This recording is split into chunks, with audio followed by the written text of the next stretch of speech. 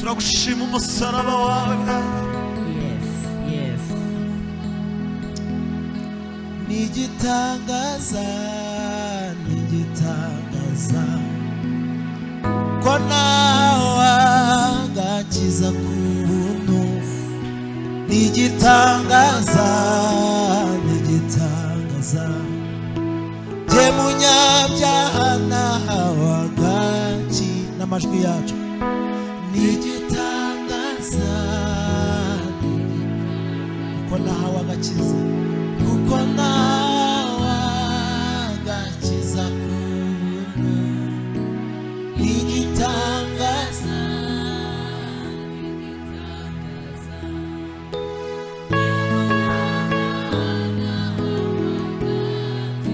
kandi twese nigitangaza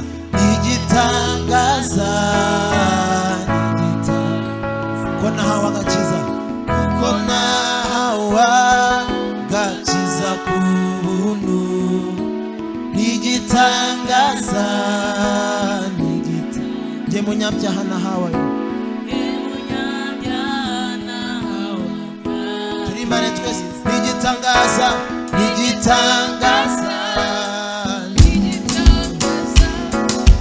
kuko nahawe agakiza kubuntu. Nigitangaza je munyabyaha nahawe agakiza.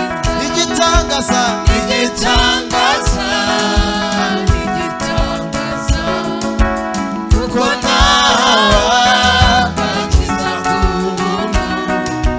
Nigitangaza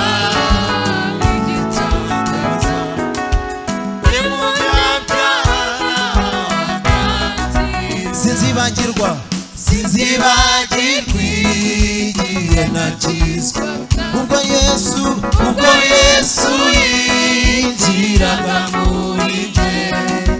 None mu mutima wanjye huza ishimwe nshimira umukiza.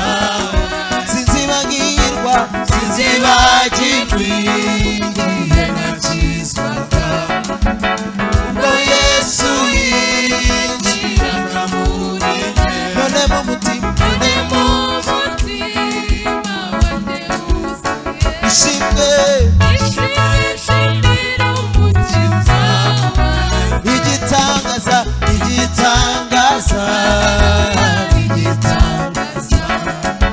kuko twahawe agakiza kubuntu. Igitangaza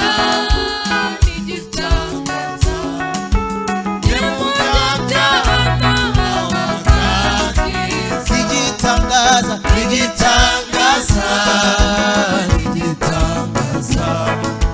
kuko nahawe agakiza kubuntu.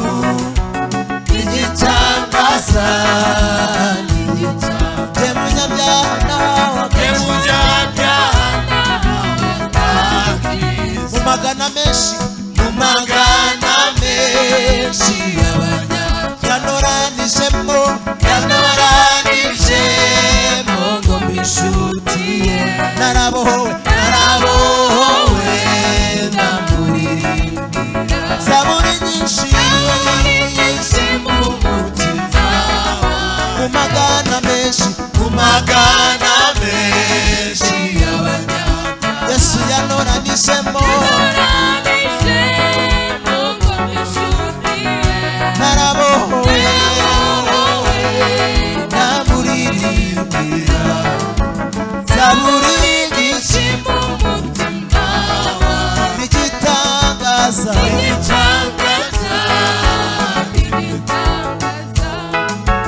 kuko nahawe agakiza kubuntu. Nigitangaza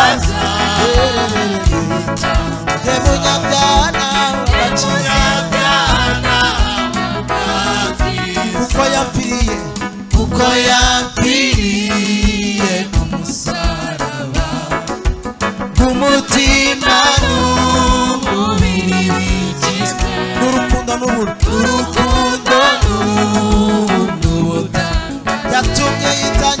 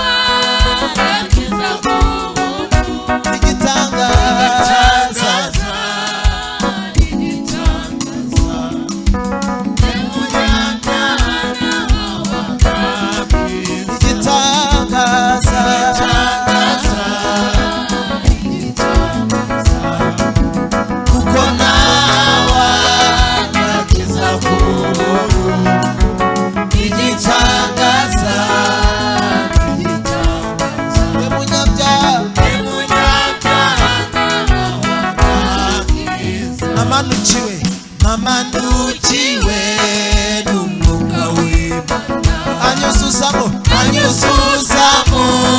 urukundo rukwiye nuzuye impundu n'umutima abatirisha imbaraga z'ijuru namanukiwe n'umwuka w'Imana anyuzuzamo urukundo rukwiye nuzuye impundu n'umutima abatirisha imbaraga igitangaza kuko nawe agakiza k'ubuntu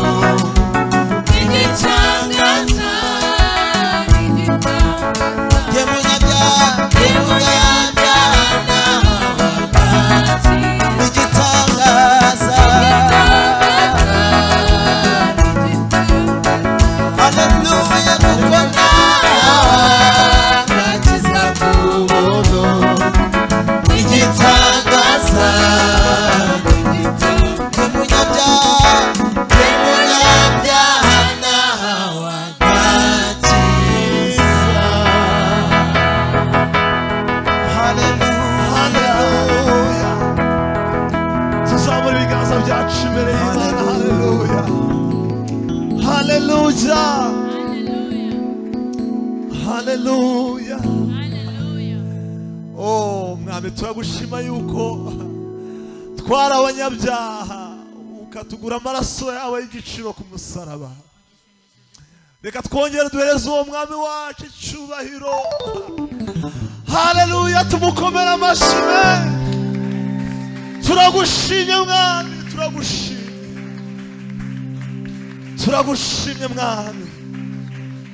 turagushimye mwami oh haleluya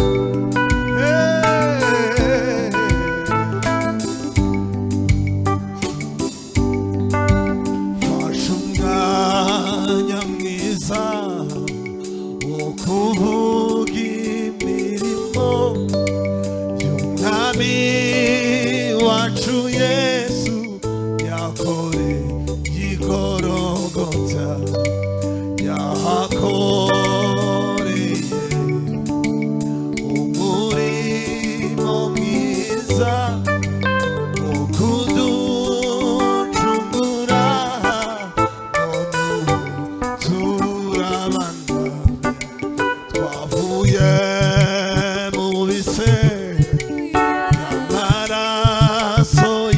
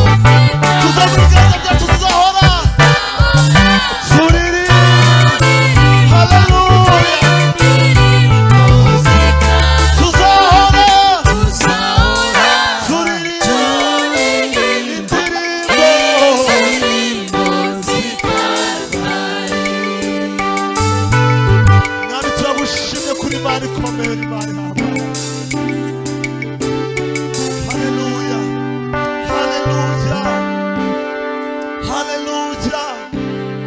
Hari igitero munda cyane kivuga ngo n'ibyamutwaye umwanya muremure wabashe kurekura ubwiza yarafite rwatewe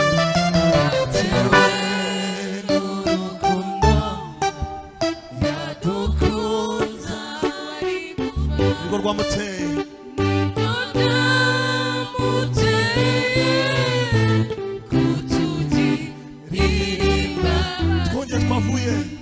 twavuye mu bise by'amaraso yiwe none ubu turabana ubwami bw'Imana Data. Dukomere umwami amashyi. Haleluya. Haleluya, haleluya. Haleluya. Tuzahora turirimba indirimbo z'Ikaruvali. Tuzahora turirimba indirimbo z'Ikaruvali. Haleluya. Saa cyenda z'ijoro maze gusenga akantu kanje ijambo ryanjemo ndanabishushanya nabyohereje hafi y'abantu bose byanjemo ndavuga ngo Pasika ni ukuririmba imirimo y'Ikaruvali kandi Imana yacu ntabwo ari Imana y'amateka yitwa ndiho iriho. Ntabwo tuvuga ibintu byarangiye amateka y'ibyabaye nta nicyo byatumarira. Imana yacu yitwa ndiho. Haleluya. Pasika ni imirimo y'Ikaruvali. Ijambo maze gusenga nabyumvishe narinze ngeza mu gitondo karakanda agashushanya ndavuga byanze bikunze tugomba gusenga Pasika ikagaragara mu buzima bwawe. Imana iriho, imirimo y'Ikaruvali iracyakora na bugingo n'ubu. Haleluya. Kariya ka ngo dore ibiranga ukuri kwa Pasika. Ndakwifuriza ngo ibyo bibe mu buzima bwawe. Icyambere Matayo ibi bintu bishingiye mu cyanditswe nahise mishurirwa. Matayo 27 guhere ku murongo wa 51 ngo dore imirimo yagaragaye igihe Yesu yari amaze gutanga. Icyambere ibituro byaramenaguritse, imyuka y'abera irazamuka. Haleluya. Irafungurwa. Hari hambere ngo ibyapfuye bizuka mu buzima bwawe mu izina rya Yesu Kristo. Bizuka mu izina rya Yesu Kristo.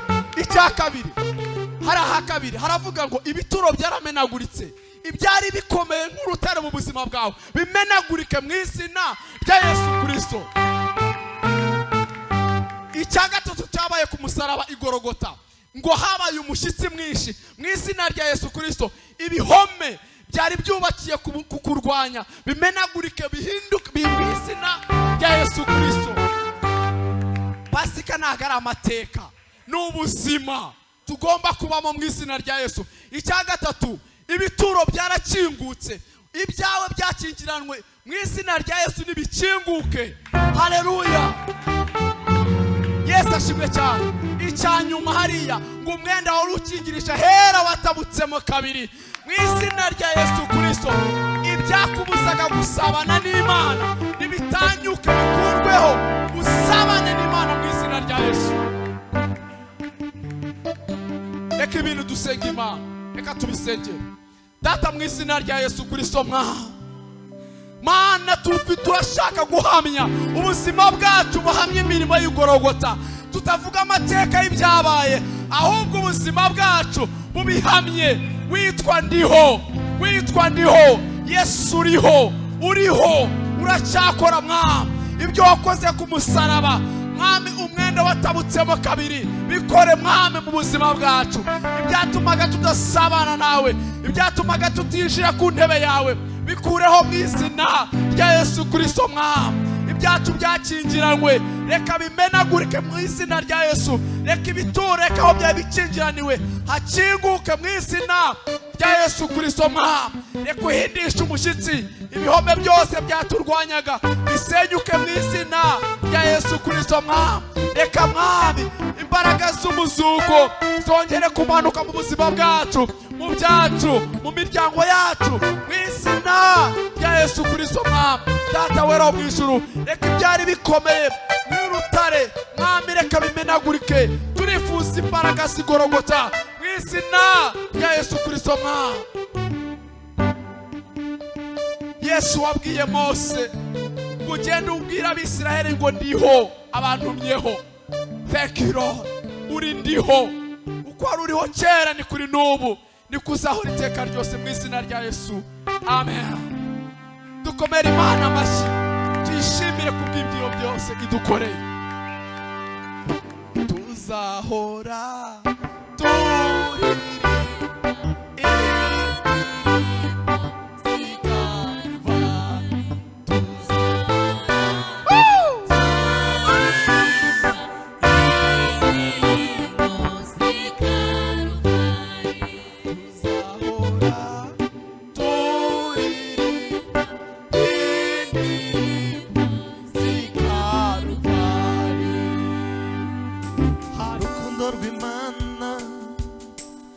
duhinduye abana ntago tubishidikanyaho niko turi. Rwadukuye mu rupfu ruduha ubugingo ntago tuzasubira inyuma ngo tubyibagirwe. Urukundo rw'Imana rwaduhinduye abana ntago tubishidikanyaho niko turi. Rwadukuye mu rupfu ruduha ubugingo ntago tuzasubira inyuma ngo tubyibagirwe. Icyubahiro cyubahiro gukomera n'iby'umwana w'intama wacunguriye Imana abantu. Abo mu miryango yose n'indimi zose Hozana Yesu niwe mwami. cyubahiro cyubahiro gukomera n'iby'umwana w'intama wacunguriye Imana abantu. Abo mu miryango yose n'indimi zose Hozana Yesu niwe mwami. cyubahiro cyubahiro gukomera n'iby'umwana w'intama wacunguriye Imana abantu. Abo mu miryango yose n'indimi zose Hozana Yesu niwe mwami. cyubahiro gukomera n'iby'umwana w'intama wacunguriye Imana abantu. Abo mu miryango yose n'indimi zose Hozana Yesu niwe mwami. haleluya haleluya haleluya. Icyubahiro ni cy'umwana w'Imana witanze ku musaraba. Haleluya. Reka niba ubishoboye uhagurukeho. Haleluya haleluya. Niba ubishoboye Yesu, Jesus is my Redeemer, is my Savior. Hallelujah. Hallelujah. Oh, Yesu yarampfiriye ku musaraba. Yesu nuwanjye, Yesu nuwawe. Wibuka igihe ngo wari mu ivata y'ibyaha, Kristo araza aravuga ngo ubaho. Hallelujah. mutarigeze kumenya icyaha yahindutse icyaha ku bwacu, yikorera imitwaro yacu yose ayihamba ku musaraba. Ageze ku musaraba yihereza amahanga yose, aravuga ngo byose birarangiye. Haleluya! Reka tuzamure ibiganza byacu.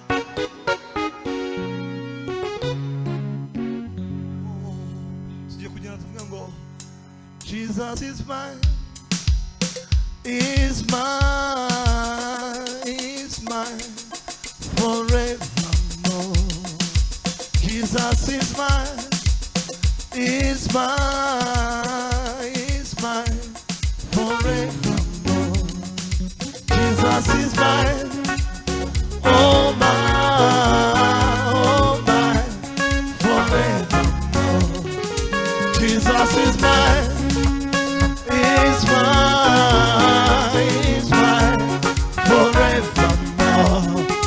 Jesus is mine, oh mine forever.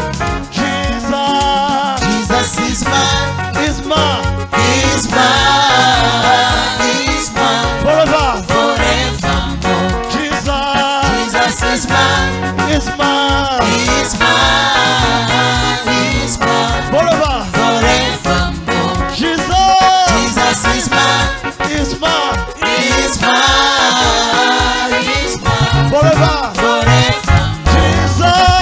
Jesus is mine, is mine, is mine, is mine forever. forevermore. Jesus is mine, is mine, is mine, is mine forever. forevermore. Jesus is mine, is mine, is mine, is mine forever. forevermore.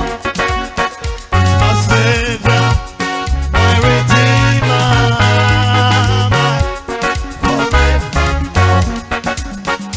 My Savior, my Redeemer, my forever. Is my Savior, Is my Savior, my Redeemer, my Redeemer, forever. forever. Is my Savior, Is my Savior, my Redeemer,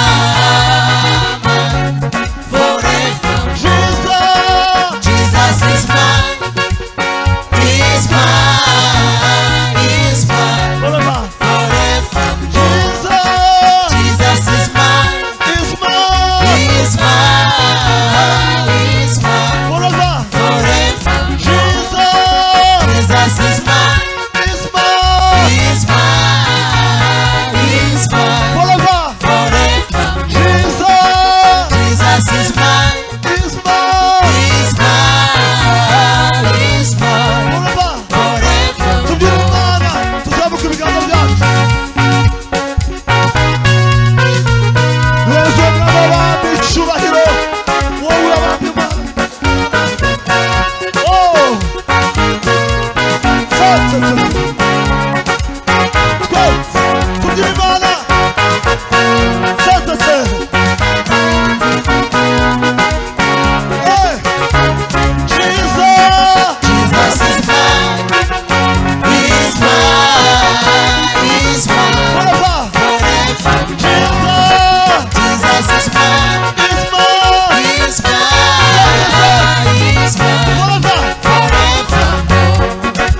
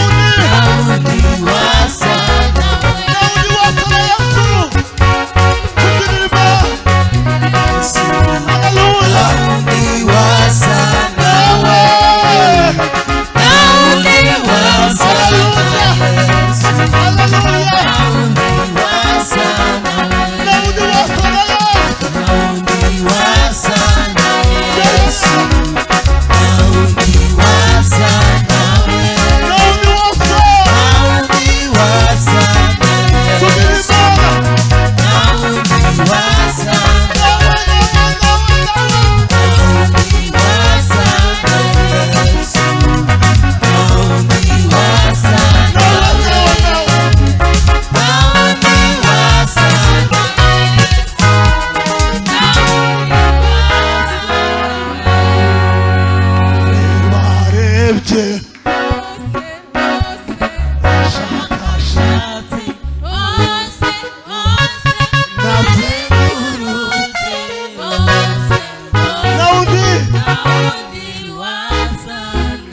tuzamura ibiganza byacu. Haleluya. Uyu ni umunsi wo kucelebratinga nk'abakristo. Haleluya. Ndanibaza Kristo yatazuka tuba tuvuga iki? Haleluya. Haleluya. Tugiye kubyinira Imana, bashiramo igisimba dutambira Imana. Kristo yarazutse, ubu yicaye mu buryo bwa Data. Tuzaragana ubwami bw'Imana. Haleluya. Ngo ibizima abaserafi bategereje guhishurwa ku mwana w'umuntu, umwana wacunguwe n'amaraso ya Kristo. Haleluya. Tubyinira Imana. Haleluya. Umunsi wa Pasika abakristo tugomba kubyina, tukavuga ati Kristo warakoze. Haleluya. Haleluya. Tubyinira Imana. Haleluya. Unyeganye guko byumva, ubwira Imana ngo warakoze.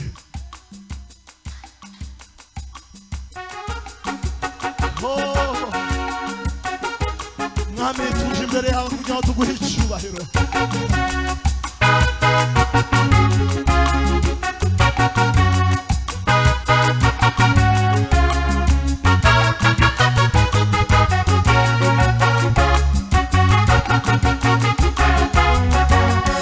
Hosiana, Hosiana, Hosiana, Hosiana, Hosiana. Hahirwa umwamuje mu izina ry'Uwiteka, amahoro n'icyubahiro bibasumbaho. Hosiana, Hosiana, Hosiana, Hosiana, Hosiana, Hosiana.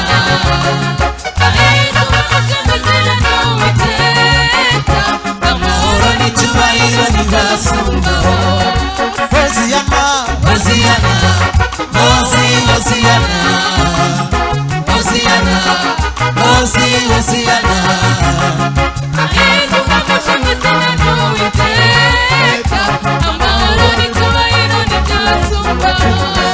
Hosiana, Hosiana, Hosiana, Hosiana, Hosiana. Hahirwa umwamuje mu izina ry'Uwiteka, amahoro n'icyubahiro bibasumbaho. Hosiana, Hosiana, Hosiana, Hosiana, Hosiana. Hahirwa umwamuje mu izina ry'Uwiteka, amahoro n'icyubahiro bibasumbaho. Kandi nanone Hosiana, Hosiana, Hosiana, Hosiana, Hosiana. Hahirwa umwamuje mu izina ry'Uwiteka, amahoro n'icyubahiro bibasumbaho.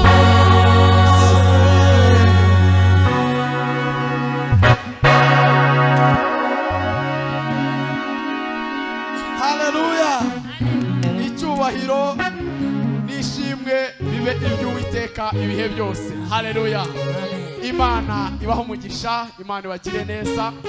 Reka twitegure kwakira ijambo ry'Imana mu izina rya Yesu Kristo. Reka dusenge kugira ngo twakire umushumba mu izina rya Yesu, twakira n'ijambo ry'Imana. Reka dutegure imitima yacu, Imana ibaho umugisha. Reka dusenge.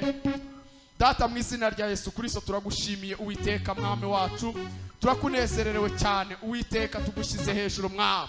Ni umunsi dufite impamvu yo kugushima, dufite impamvu yo kubyina, dufite impamvu yo kwibuka mwami imirimo myiza wakoze kandi ugikora mu buzima bwacu mwami. Turagushimiye kubw'ibyitambutse byose muri iteraniro, kandi mwami tukuragije mwami nibigiye gukomeza. Uwiteka mwami abakozi bakomeze kubakoresha, basigire kugukorera mwami, maze icyubahiro gikomeze kibi cyawe mu izina rya Yesu Kristo none n'iteka ryose. Amen. Amen. Karibu Pastor.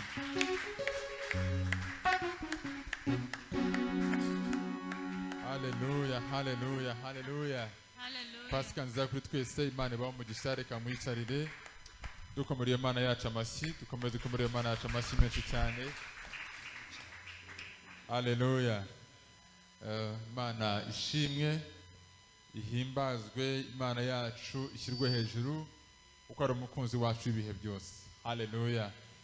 Reka usuhuze umuntu mwegeranye umubwire ngo Pasika nziza. Mubwire ngo Pasika nziza. Turashimira Yesu mwiza wacu waduhaye ikimenyetso cy'amaraso ye kugira ngo marayika murimbuzi ubwo azaza atazaturimbura. Haleluya. Ahubwo duhaye umugabane w'ubugingo buhoraho. Mungire mu ntiza amashyi dushimira iyo Mana yacu dukora umurimo ukomeye cyane.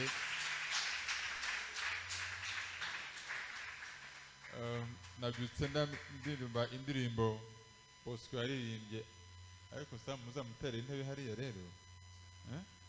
Sam nta kuntu cyangwa keyboard zayimurira musangisha hariya. Iyo ndirimbo iravuga ngo ni muri Yesu Kristo Imana yiyungiyemo natwe. Haleluya. Naraye ntekereza kuri Pasika numva iyo umunsi ugeze numva nshaka kongera kugira mushya muri giyeho. Imana ishime cyane. Numva nshaka kongera kugira mushya kandi ntabitewe gusa nuko Pasika iriho, ahubwo numva ngishaka gutomera no kwakira ya mpamvu yatumye Pasika ibaho. Buriya Pasika ushaka ku munsi nk'iyindi, ariko icyatumye ibaho niho itandukana n'indi minsi. Haleluya. Bwana sifiwe. Nimwongeye amahugurwa gatoya nibura mu minota umwe cyangwa iminota nk'ibiri dusubiramo iyo ndirimbo ivuga ngo ni muri Yesu Kristo gusa. Yes, ni muri Yesu Kristo Imana yiyongeyemo natwe. Ayo magambo aguye mu mutima mu gihe tuganira ijambo ry'Imana. Haleluya. Turashimira Yesu Imana yagize umwunganizi hagati yacu n'Imana. Abari abagome babaje Imana yabo bakongera kuba inshuti magara y'Imana. Haleluya. Ni muri Yesu Kristo mu mibabaro ye no mu rupfu. Reka amagambo mwumve uyumve neza, mwumve amagambo akubiyemo aha ngaha. Imana yiyungiyemo natwe ntiyabaye ikitubaraho gukiranirwa kwacu. Haleluya. Ni muri Yesu Kristo mu mibabaro ye no mu rupfu niwe. Imana yiyungiyemo natwe ntiyabaye ikitubaraho gukiranirwa kwacu. Utarigeze kumenya icyaha, Imana yamuhinduye icyaha ku bwacu, imutanga mu maboko y'abanyabyaha baramubamba, asohoza ibyanditswe kuri we, atanga ubugingo bwe kugera ku gupfa kugira ngo aronke ubugingo bwa benshi. Utarigeze ayo magambo yumve kumenya icyaha. Imana yamuhinduye icyaha ku bwacu. Imana yamuhinduye icyaha ku bwacu, imutanga mu maboko y'abanyabyaha baramubamba, asohoza ibyanditswe kuri we,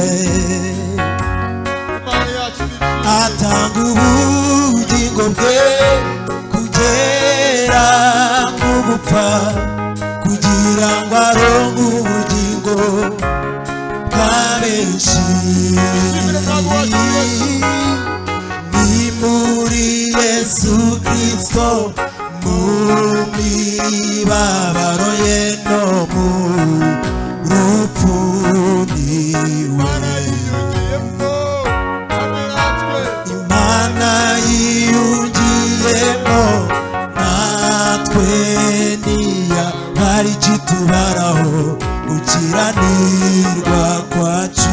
tuvuge ngo hashimwe Yesu Kristo umwana w'Imana. Hashimwe tuzamure ibiganza byacu dushimire umwana wacu Kristo watwunze n'Imana. hashimwe Yesu. Hashimwe Yesu watwunze n'Imana yacu. watwunze n'Imana. umwana wacu Yesu nashimwe. Haleluya. Bazwe Yesu Yesu warakoze mukunzi mwiza. niwe wenyine watwunze n'Imana. mwiza. Kitana mwami Imana yacu n'icyumuro cya Pasika. Icyumuro dufite mwami kwizihiza ko wazutse Kristo mwiza. Warakoze mwami kuba incungu yacu. Warakoze kumushorera utugeza ku Mana. Warakoze kuba mwami Imana yacu umwunganizi. Watwunze n'Imana twahemukiye tukibabaza mu byaha byacu, ariko igitambo cyawe cyiza cyari gikwiriye mwami, cyatumye twongera kwitwa abana b'Imana, cyatumye mwami twongera guhabwa isura nshya, cyatumye mukunzi mwiza tugira umugabane mu bwami bw'Imana. Ushimwe Yesu mukunzi mwiza, ushimwe ko wapfuye, ushimwe ko wazutse, ushimwe ko waduhaye umugabane, ushimwe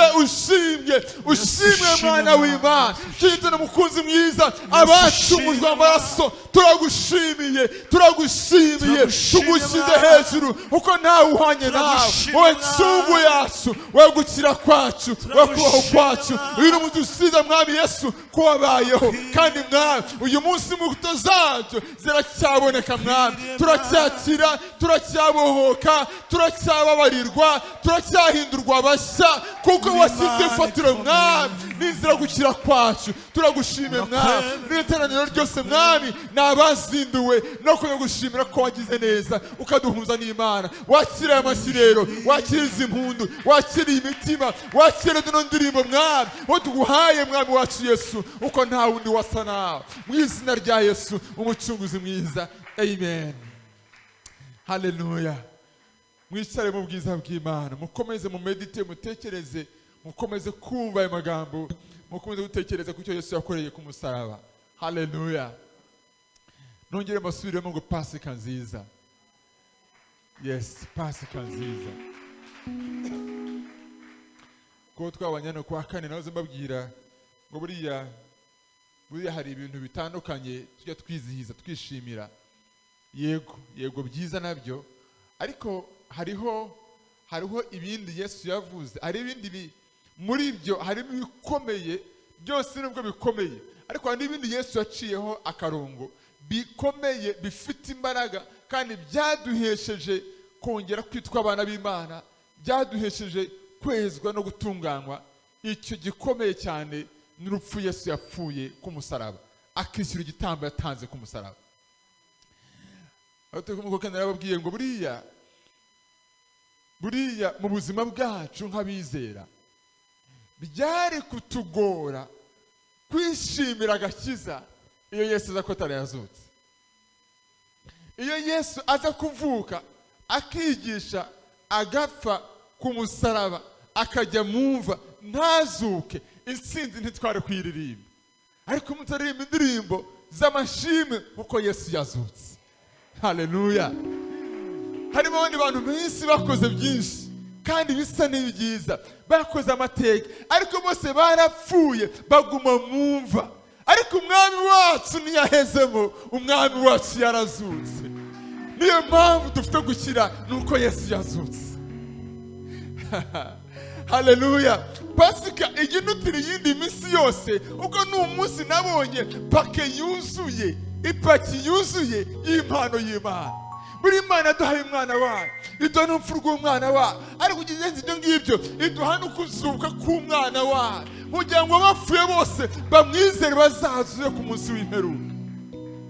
Pawulo abivuga neza, aravuga ngo niba kuzuka kw'abapfuye kutariho, ngo twirire twinywere uko tuzapfa. Bivuze yuko kuzuka n'imbaraga zikomeye, ni ryo tandukaniro ry'abizera n'abandi batizera Yesu, nuko bamwizeye bose bazazuka uko umwami wabo nawe yarazutse. Haleluya. Bwana sifiwe. Imbaraga zacu, ibyiringiro byacu, umunezero wacu nuko umwami twizeye ataheze mumva, ahubwo umwami yarazutse. Imana ishimwe cyane. Yegera Mariya, Mariya aramubwira, aramubwira ati mwigisha, iyo uza kuba uri hano Lazaro ntabwo aba yapfuye. Yesu aramubwira atariko Mariya, wizere yuko, aramubwira ngo ariko unyizera wese azazuka. Uzwi namusubije, yaramubwiye ngo ndabizi yuko bazazuka ku munsi w'imperuka. Aya magambo komeretse mu mutima, Yesu arangiza ararira. Uzi icyamujije Yesu? Si uko Lazaro yari yapfuye, nuko atabashe kwizera umuzuko w'abapfuye, kandi umwami uzura abapfuye ahahagaze. Haleluya! Umwami uzura abapfuye yarahibereye, yarahagaze, ariko amaso ya Mariya ntiyabona ko uzura abapfuye ahagaze aho ngaho. Umwami twizera ni umwami uzura abapfuye. Abapfuye tubakunda, tubishimiye, umwami Yesu azabazura, natwe azatuzura ku munsi. Imana ishimwe cyane. Uyu ni umunsi w'umuzuko abapfuye. Imana ishimwe cyane. Imbaraga zacu, ibyiringiro byacu nuko umwami twizera ataheze mumva, uwo mwami yarazutse. Ibyiringiro byacu byarabonetse. Imana ishimwe cyane. Haleluya. Niba hari inkuru inezeza umutima wanjye kantera kuyitekerezaho, ni inkuru y'umuzuko wa Kristo umucunguzi wanjye.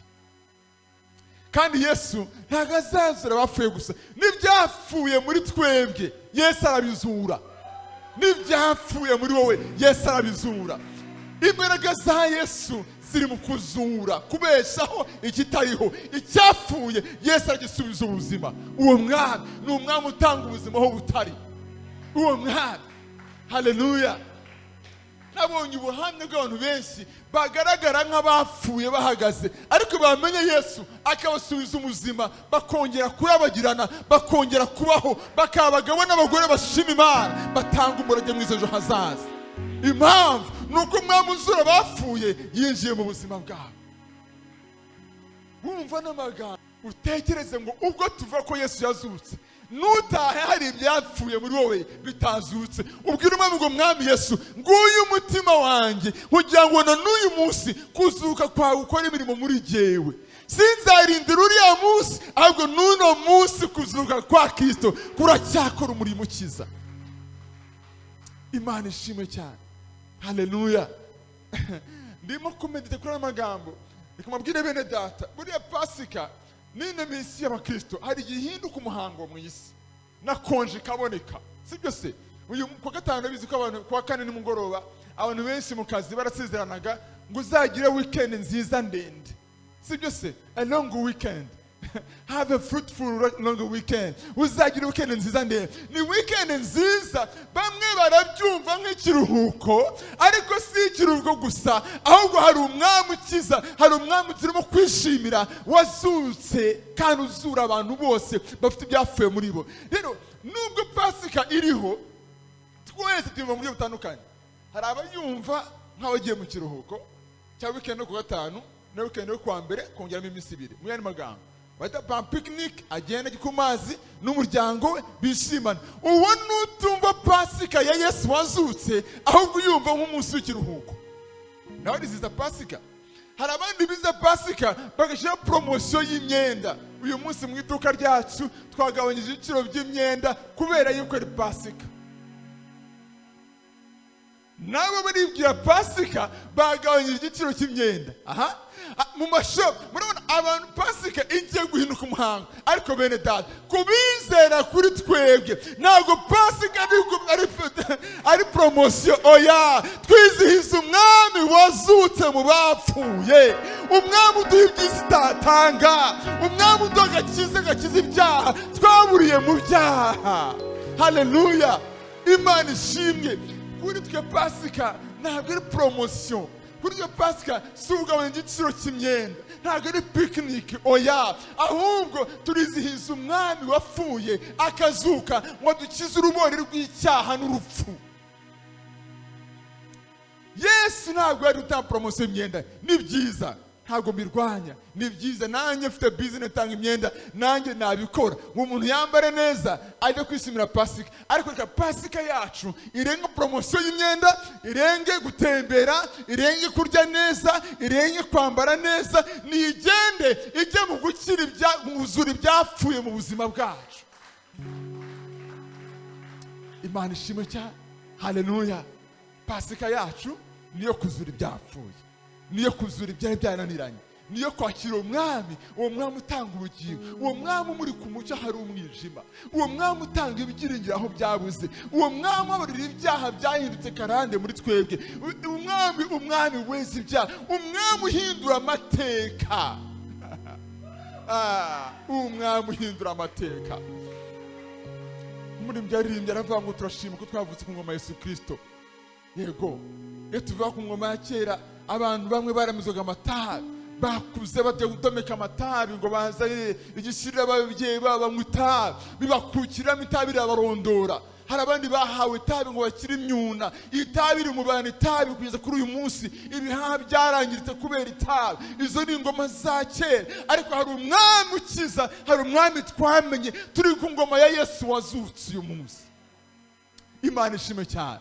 Turi ku ngoma ya Yesu wazutse, uwo mwami utanga ibyiringiro. Nshuti yanjye, uyu munsi ndagira ngo nituvuga Pasika, wumve Pasika ya Yesu wazutse, wumve Pasika ya Yesu wazutse. Buriya ntabwo ikigira Pasika ikidasanzwe ari umunsi n'ibyo umuntu yariye n'ibyo yanyweye n'ibyo yambaye, ahubwo nuko yizera Pasika. Muranyumvise? Mbarundi urugero rwa hafi cyane se, njyamubona kuri uvuga muzarwanya n'inshuro nyinshi ko rwarandemereye mu mutima. Njyamubona kuri Noheli nigeze cyo sonatibe hariya, mbona sonatibe kuri Noheli bakoze ikirugu kigizwe na Heineken.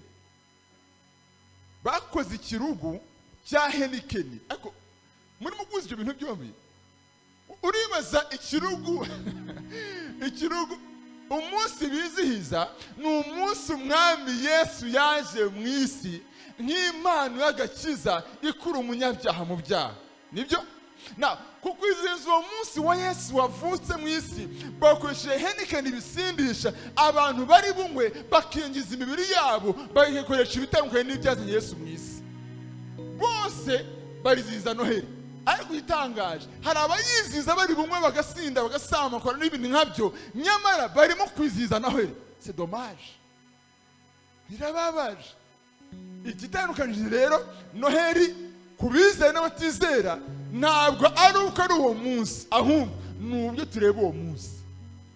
Nawe uyu munsi Pasika tuvuga yakubera indi yindi uramutse uhinduye uburyo uyireba. Imana ishimwe. Pasika yakubera nshya bitewe n'ukuntu uyireba n'uko uyumva. Nimureke abateye intambwe kuza mu nzu y'Imana, tuvuga uwo mwami Yesu, duhindura amaso yacu uburyo tureba Pasika. Pasika ni umunsi w'umuzuko, ntabwo ari ukuzura abapfuye mu mubiri. Kana gatoya dereka kana kice hariya, mukana kabajije ntitugiye kujya ku rusengero, namubwira ujuru dise Pâques, uyu munsi ni Pasika. Ni murumuna wa Dave. Namubwira se Dave Rey kuzuka ni iki?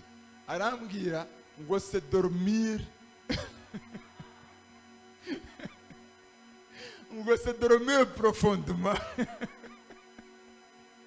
Ngo nukuryama ugasinzira cyane. Niko yansobanuriye. Murimo kumva n'umwana mutoya afite imyaka 4 agiye kuzuza 4. Namubwiye se Pasika ni iki? Namubwiye Pasika mu tugiye ku rusengero ni umunsi wa Pasika, ntabwo ko Yesu yazutse, nabanza kuzuka ni iki, afite imyaka 4. Arambwira ngo nugusinzira cyane. Yesu ashimwe cyane. Turashimira Yesu waje kutuvana mu bitotsi cyo gusinzira cyane, akadesha umuzuko w'abapfuye. Imana ishimwe cyane. Wa mugani wareye nawe ibintu muri we byasinzire cyane, uyu munsi wishimira Yesu wazutse, abikangure wongere ubeho mu izina rya Yesu. Mbabwire irindi banga rikomeye. Buriya Yesu yaje gutanga ikizi tatanga. Mu bintu zitashoboye gutanga ni ukuzura umuntu wapfuye. Kandi icya kabiri, ikintu zitashoboye gutanga ni ugukiza icyaha gitera gupfa burundu. Akabura kumvise, ikintu zitashoboye gutanga ni umuti w'ikibazo cy'icyaha gitera umuntu gupfa burundu. ni nayo mpamvu abizeye Yesu baba bamaze gukira mu bugingo, nubwo bava mu mubiri ntibyita gupfa, ibyita gusinzira. Iyo umuntu asinziriye arakanguka. Aha, haleluya. Iyo umuntu asinziriye arakanguka. Yesu yaje kugira ngo tudasinzira burundu, ahubwo dusinzire nk'abategereje umunsi zizaza, uwasinzire wese agakanguka, tukongera kwiyunga n'Imana yacu yaturemye dukunda kandi twishimiye. Uyu munsi Pasika, reka uyirebe mu bundi buryo, Imana ikangure muri wowe ibintu byose byasinziriye bigasa n'ibisinziriye burundu. Uyu munsi tani inkuru nziza yuko uwo mwami uzure ku musaraba, yuko Yesu yazutse. Mbere y'ibyo ngibyo dusome ijambo ry'Imana muri Mariko 16 ku murongo waho 6. Mariko 16 ku murongo waho wa 6. Ngo arababwira ati, mwitangara, nzi yuko mushaka Yesu w'i Nazareti wabambwe. Ego, mwitangara, nzi yuko mushaka Yesu w'i Nazareti wabambwe, ariko yazutse ntari hano, dore aho bari baramushyize. Imana ishimwe. Mwitangara, nzi yuko mushaka Yesu w'i Nazareti wabambwe, ariko yazutse ntari hano. Aho bavuga Yesu atakiri ni mumva. Yesu ntabwo akiri mumva, ahubwo yazutse, dore aho bari baramushyize nga hariya. Uyu munsi hari vide, harimo ubusa, kuko uwo mwami atari guheranwa n'urupfu, ahubwo yarutsinze kugira ngo uzapfa mwizeye wese azazuke ku munsi w'imperuka. Imana ishimwe cyane. Abakolosayi ibice 2 ku murongo wa 14 n'umurongo wa 15. Abakolosayi ibice 2 ku murongo wa 14 n'umurongo wa 15.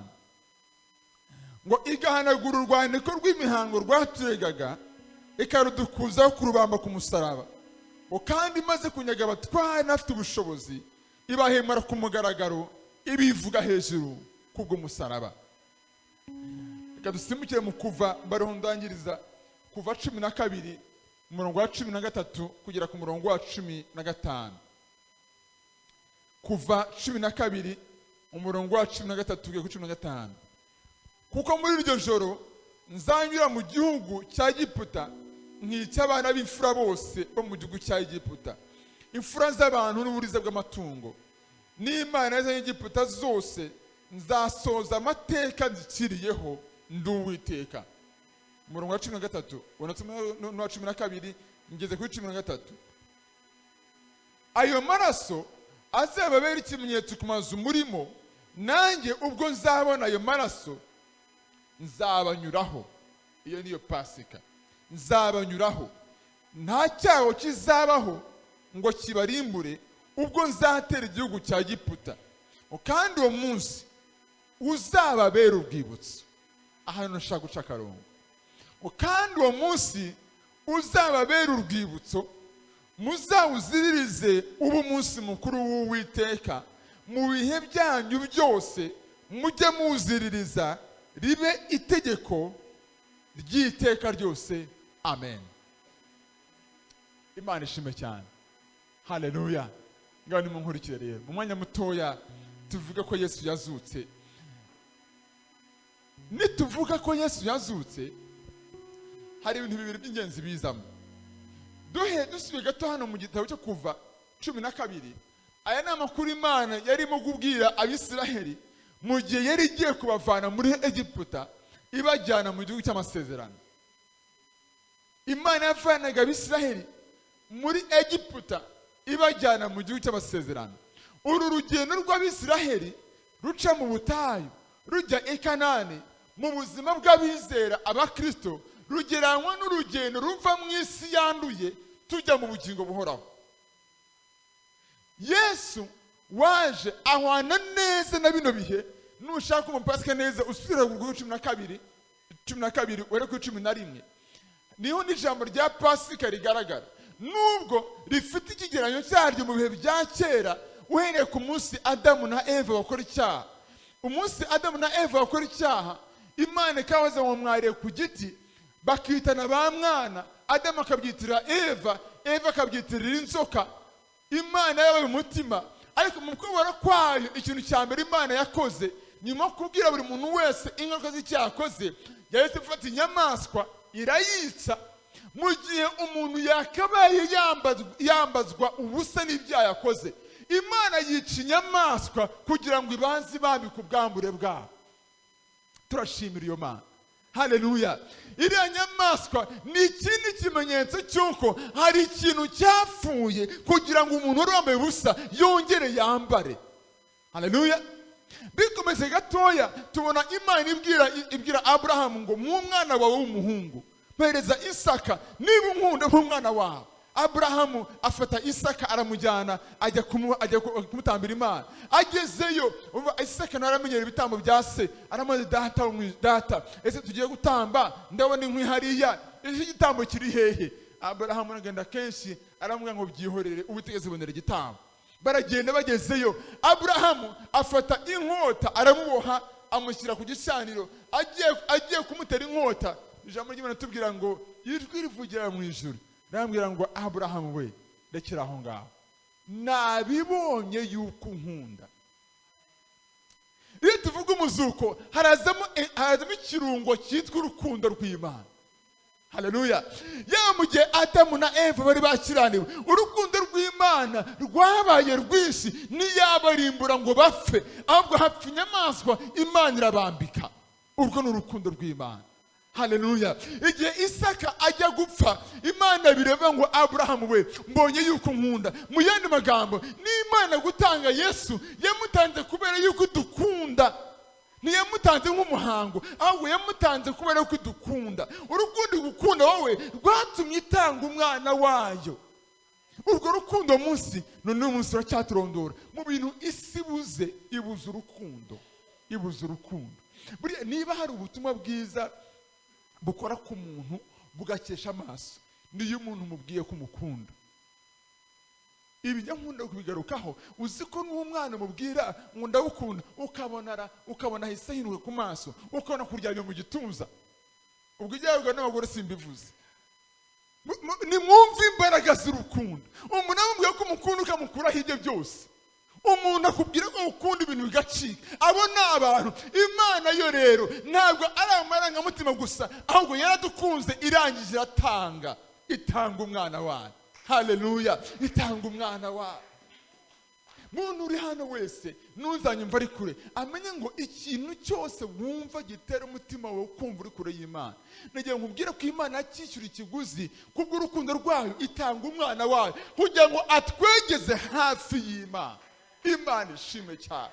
Yesu yaje kugira ngo kureho umworera udushyira kure y'Imana, twigire hino binyuze muri Yesu Kristo. Niwe Imana yatanze.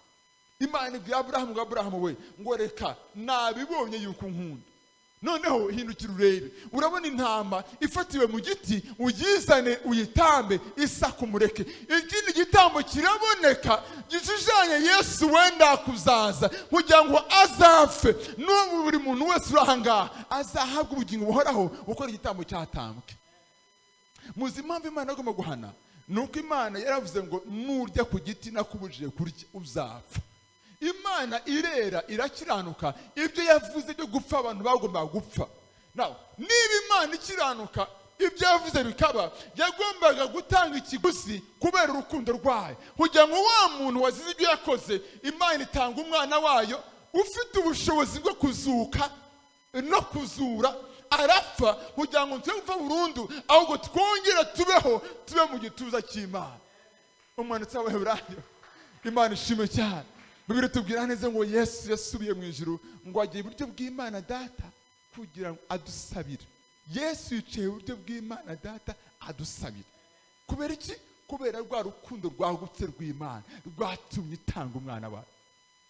Bibiliya iratubwira nihuse, iratubwira ngo ntakagira umuntu urya amaraso inyamaswa n'amaraso yayo. Ngatiye mu Abalewi 17:11.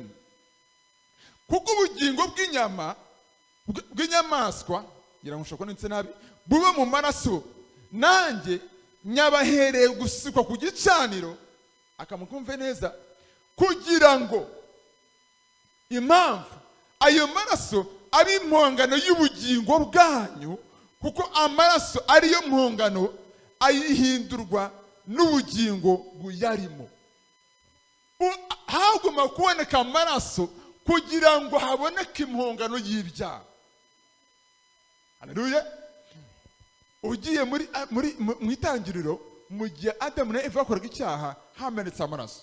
Ku gihe cya Isaka hamenetse amaraso. Imana ishyiraho inzira yo gukira n'inzira yo kumena amaraso kugira ngo umuntu acungurwe. Niyo mpamvu rero iyo tujya ku meza y'umwami tuba twibuka amaraso Yesu yamenye. Na Yesu agiye gupfa, agiye kugenda, aravuga ngo dore ngaya amaraso agiye kumenerwa abari mu isi bose, agiye kumenerwa benshi kugira ngo babarirwe ibyaha byabo.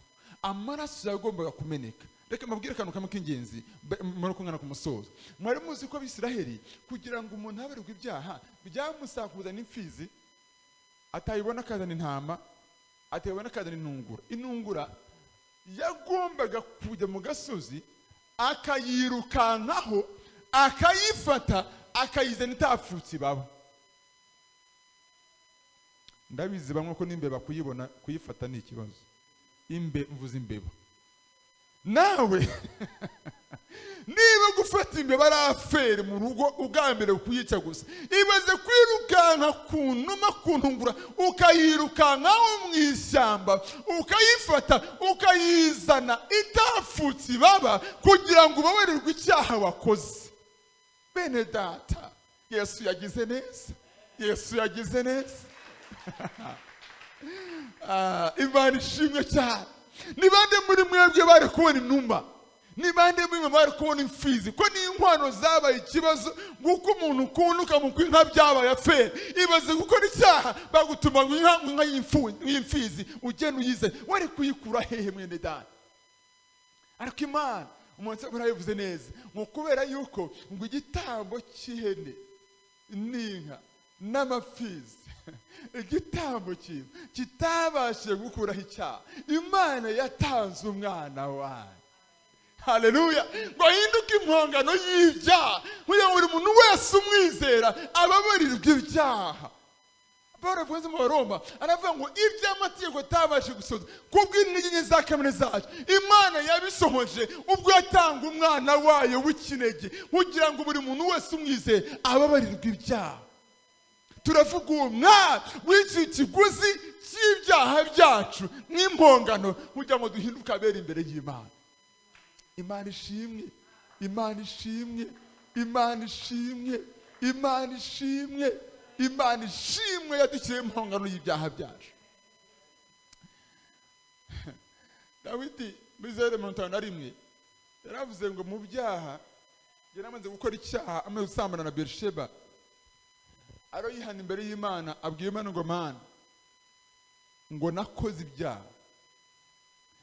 Abwira Imana ngo unyojeshe ezobu ndera. Ezobu karaka yari nka whiting cyangwa se nka donc karaka gatuma ikintu cyanduye nka detergent, ituma ikintu cyongera guhinduka umweru. Abwira Imana ngo unyojeshe ezobu ndera. Ariko hepfo arakomeza aravuga ngo mu byaha ngo nimo mama yambyariye.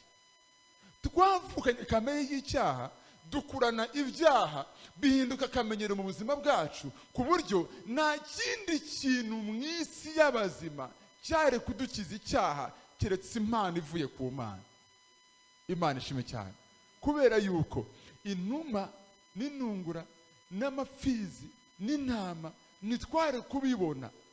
Abisiraheli bakoraga icyaha ukayizana ukayishyira abatambyi, ugashyira ikiganza mu ruhanga rwayo, bakayihongera ikamena amaraso, ukabarirwa ibyaha. Ngaho nawe subiza amaso inyuma, wibaze ibyaha wagendemo cyose, buri cyose ukizanira inka yacyo, ukizanira inka yacyo umunsi ku munsi, byari kugenda biti. Ariko rero uyu munsi turashimira Yesu wazutse kugira ngo uyu munsi sisabwe igitambo, ahubwo ndetse bakino gusa rukumbi nuko nizera uwo mwana w'Imana. nkamwizera mu mutima wanjye nkamwakira, namara kumwakira urwandiko rw'imihango rwaturegaga akarudukuzaho kurubamba ku musaraba, kugira ngo ibyaha byacu bibe ibibambwe ku musaraba, twebwe twitwa abakiranutsi tutabitewe n'imirimo yacu, ahubwo tubitewe gusa nuko twizeye umwami Yesu wakiranutse imbere y'Imana. Niwe urushaho gukiranuka, abamwizera bose rero bahabwa gukiranuka imbere y'Imana. Nyankunda umuririmbyi mu 115 ugira ngo niba nibuka neza 120, Satani yanyibukije gukiranirwa kwanjye, ashaka kunyihebesha, yantumbira mu ijuru, byantumbira mu ijuru. ndebayo umukiza wanjye wabinkuyeho byose, Yesu wacu nushimwe. yaramongereye nuko sinzarimbuka. Uwo ni Yesu Kristo umwana w'Imana wahindutse impongano y'ibyaha byacu. Imana iturebera amaraso y'umwana wayo ikatubaha turi abakiranutsi atari imirimo yacu. Imana ishimwe cyane, Imana ishimwe cyane, Imana ishimwe cyane. Satani yanyibukije gukiranirwa kwanjye, intego ye ni ukunyihebesha,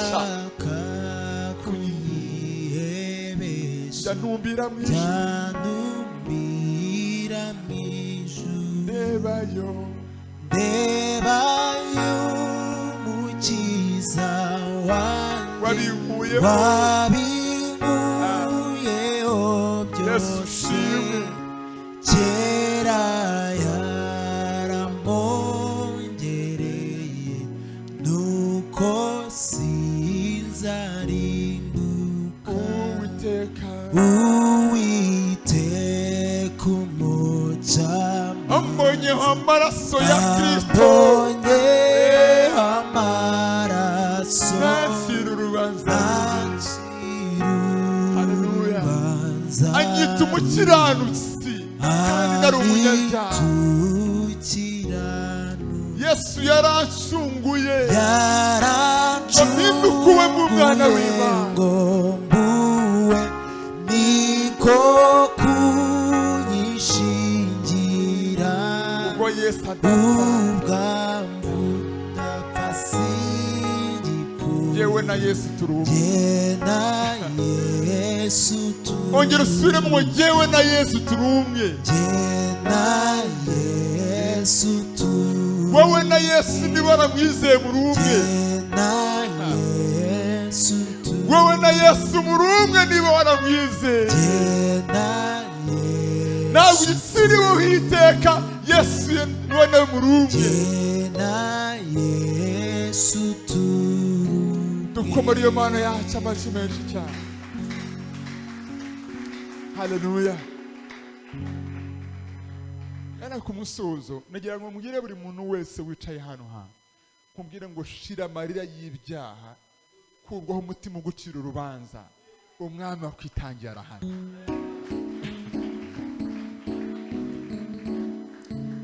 Nongere mbwire umuntu wumva uremerewe n'ibyaha, mubwire ngo umwami uruhura ibyaha, agahanagura ibyaha, agakiza intimba y'ibyaha. Uwo mwami Yesu aracyariho, uwo mwami Yesu aracyariho. Uyu munsi umwizeye ne watunga ubugingo buhoraho. Imana ishime cyane. Haleluya. Imana ibaho umugisha cyane. Nuba wateranye uyu munsi ukaba utarumva utaregurira ubuzima bwawe Yesu, ni ukuri ntutawe uko nguko. Iki gitambo Imana yagitanze kugira ngo abazaba mu isi bose mbere y'uko agaruka babe bagifite amahirwe yo kumunyuramo bakongera kwiyunga n'Imana. Imana ishime cyane. Nyankuru Paul yasobanuye mu Makorino 5:17 aravuga ngo abari muri Kristo Yesu ngo bahindutse ibyaremwe bishya. ngo ibya kera babishize. Iyo akomeje hepfo aravuga ngo ibyo byavuye ku kindi, ngo byavuye ku Imana yiyunze natwe binyuze mu mwana wayo Yesu Kristo. Ibyo bintu byo kwiyunga n'Imana byazanywe na Yesu, niwe nzira ukuri n'ubugingo. Yaravuze ngo nta muntu ujya kwa data ntamujyanye. Imana ishime cyane. Twese rero abamwizeye dufite umugabane w'ubugingo buhoraho. Imana ishime cyane. Reka mahubwo dushimire iyo Mana yacu mu ijuru yadukoreye umurimo ukomeye cyane. Ndimo gusoza dusenge. Ndagira musengere ibintu bibiri. Icyambere ndagira musengere izisubirirwa ryo gukomeza kumenya Yesu. Ndababwira amagambo Paulo yavuze amara ku mutima abwira Timoteyo, aramwira Timoteyo ngo urajye wibuka Yesu Kristo wakomotse mu rubyaro rwa Dawidi. Ukeneye buri munsi guhora wibuka uwo Yesu, uko Yesu niwe centre yo kwizera kwacu, niwe fundo yo kwizera kwacu, kandi niwe muhuzi bya kera n'ibizaza. Uwo ni Yesu Kristo umwana w'Imana. Imana ishime cyane. Imana ishime cyane. Uyu munsi ubw'Imana ngo mwami Yesu ndashaka gukomeza kumva no gusobanukirwa igitambo watambe, kugira ngo muri jye mpore nihuza n'uwo mwami, mpore mu busabane n'uwo mwami mwiza. Uri hano utarakira Yesu, ndagira ngo uzamure ikiganza cyawe ndi bugusengere. Uri hano utarakira Yesu, uze kuzamura ikiganza cyawe. Uri hano utarakira Yesu, wakira Yesu bwawe, ushaka kwihana ukegura Yesu ubuzima bwawe, utari wamwizera, uzamura ikiganza cyawe. Imana ibaha umugisha. Imana ibaha umugisha. Muhagarare hano. Ubwo nibwo butumwa dukwiriye gutanga amanywa n'ijoro. Kandi umunsi ku munsi Yesu aracyakiza. Umunsi ku munsi Yesu aracyakiza. Reka muzamure ibiganza byanyu mwature amagambo ngiye kubabwira. Muhumije ku maso mvuga ngo mwami Yesu, nje imbere yawe numvise ubutumwa bwiza ko wapfiriye abanyabyaha, nanjye ndimo nciye bugufi imbere yawe, nje kugusaba imbabazi. Mbabarira Mana, mbabarira ibyaha byanjye, ibyo nagendeyemo byose, unyejeshe amaraso yawe, mpinduka umwana w'Imana. Urakoze kumbabarira, urakoze kumbabarira. Izina ryanjye ryandikwe mu gitabo cy'ubugingo. Guhera kuri uyu munsi uze mu buzima bwanjye, umbere umwami n'umukiza. Mbyijeje umutima wanjye, mbyatije akanwa kanjye ko nifuza ko umbere umwami n'umukiza, mu izina rya Yesu, amen. Gatubasengere. Mwami Imana yacu mu ijuru, urakoze mwami bw'abateye intambwe wazi imbere yawe. N'imitima mwami cya bugufi ikeneye Yesu muri bo mwami. Yesu zuri ibyapfuye, Yesu zuri ibyananiranye. Ndasenze mu izina rya Yesu ngo ugataha mu buzima bwabo, akore nk'ibyakoze ku munsi wa Zakayo. Mwami Yesu, umunsi usanga Zakayo yikubise hasi asaba imbabazi, yemera gufata ibyigabanya abakene, yemera no kwishyura buri muntu wese yambuye. Ndasenze mu izina rya Yesu ubwo buzima bushya mwami buze muri bo, ijambo ryawe risore mu buzima bwabo mu izina rya Yesu. Guhera kuri uyu munsi mwami babaturwe, bahindurwe, babemo ingabo z'umwami Yesu, zisarura abandi bakiri mu mwijima, mu izina rya Kristo umucunguzi mwiza, amen. Imana ibaha umugisha cyane. Babaherekeze bafite korodoni zabo, tujya gusenga Imana. Ndagira ngo nawe uyu munsi wongere ubwire Imana mwami Yesu, dushimire Imana, ariko none kandi nawe ubwire Imana ngo mwami, ubwo mvuga Pasika, reka wongere urenuvere muri jyewe, reka wongere uhindure muri jyewe, wongere ugurumanishe muri jyewe, guhora buri munsi nibuka igitambo watanze ku musaraba. Ashimwe Yesu we, ashimwe Yesu. Tuzamuka dushimire umwami mwiza, hanyuma dusenge. Watwunze n'Imana, ashimwe Yesu umukiza mwiza. Ashimwe Yesu, watwunze n'Imana, Imana ishimwe. watwunze n'Imana. Reka dusenge n'aya magambo vuga ngo mwami Yesu, ndagushimiye ndagushima ko wazutse ku bwanjye wazutse ku kandi wapfuye ku bwanjye kandi ko wapfuye ku warakoze kunyimenyesha warakoze kumimenyesha ndabigushimira ndabigushima ko wambatuye mwana ko wambatuye mwana ndongeye gusenga ngiye gusenga ngo muri jyewe ngo muri njyewe komeza unyibutse komeza unyibutse igitambo watanze igitambo watanze nkomeze mpindurwe mushya nkomeze mpindurwe mu mpabwe imbaraga mpabwe imbaraga ngendere mu gukiranuka ngendere mu kandi ngukorere mwana kandi ngukorere naba ari jye gusa naba ari njye gusa ahubwo nabo mbana nabo ahubwo nabo mbana nabo mpura nabo nabo mpura nabo babwire iyo nkuru nziza babwire iyo nkuru nziza sura muri jye zura muri njye ibyapfuye byose ibyapfuye ibyananiye uyu munsi reka byongere bizuke mu izina rya Yesu ibyo nananiwe gushobora ndakwingize mwana nibuka ko wazutse reka mpabwe imbaraga zibishobora kugira ngo nkunezeze mubere igitambo cyiza kiguhesha icyubahiro urakoze kunyumva mwana urakoze kunshoboza mwana aya masinaya n'izi mpundu n'izawe mu izina rya Yesu umwami mwiza amen amen